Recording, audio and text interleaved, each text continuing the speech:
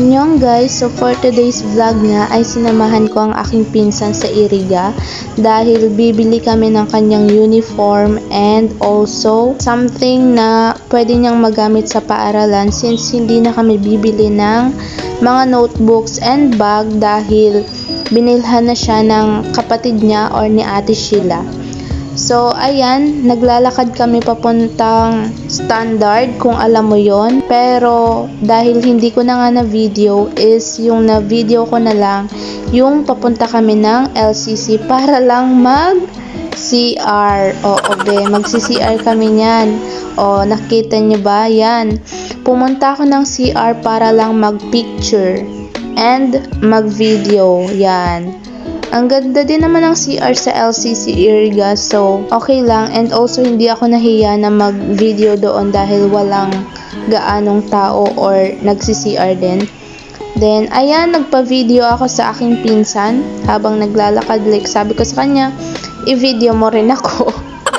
So ayan na nga, dahil nagutom na kami, siguro mga 11 na yan. So naisipan ko na sa Jollibee na lang kami kumain at mag-order nung mix and match. So, wala kami gaanong pera and yun lang yung kaya kong ma-afford para ilibre ang aking pinsan. So, ayan na nga, habang nag-aantay kami na tumunog yung basta yung bilog na parang nagba-vibrate. Ayan.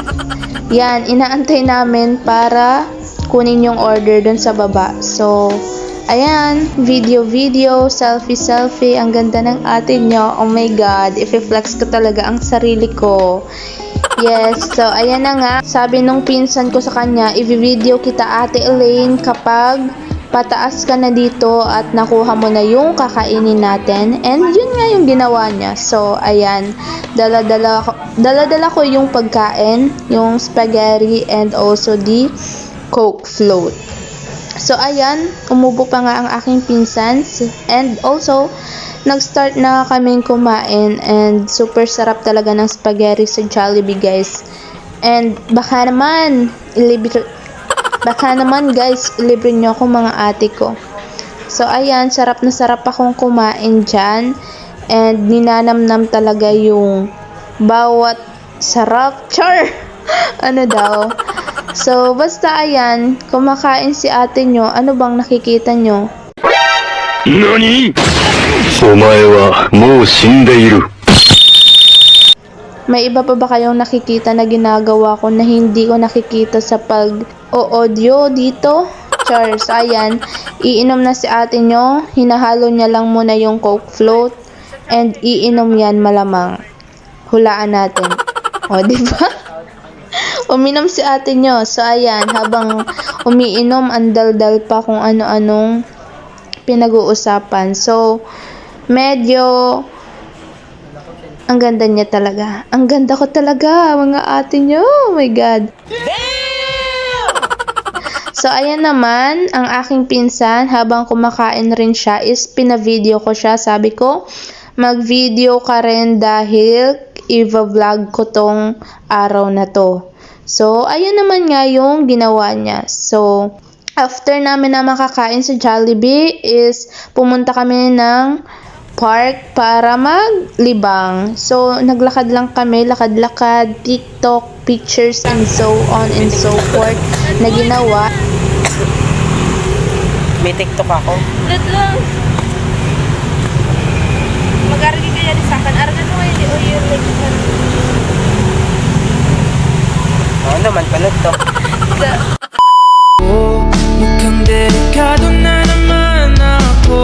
Bakit ba kinikilig na naman ako? Pero ngayon ay parang kakaiba. Pag nakatingin sa iyong mata, ang mundo ay kalma.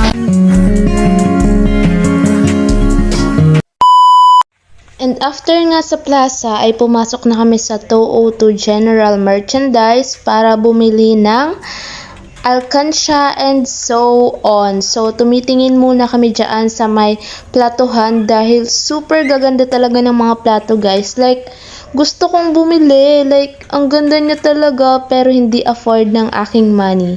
So, ayan yung parang tanga naman, no? kung anong pinaggagawa ng pinsan ko.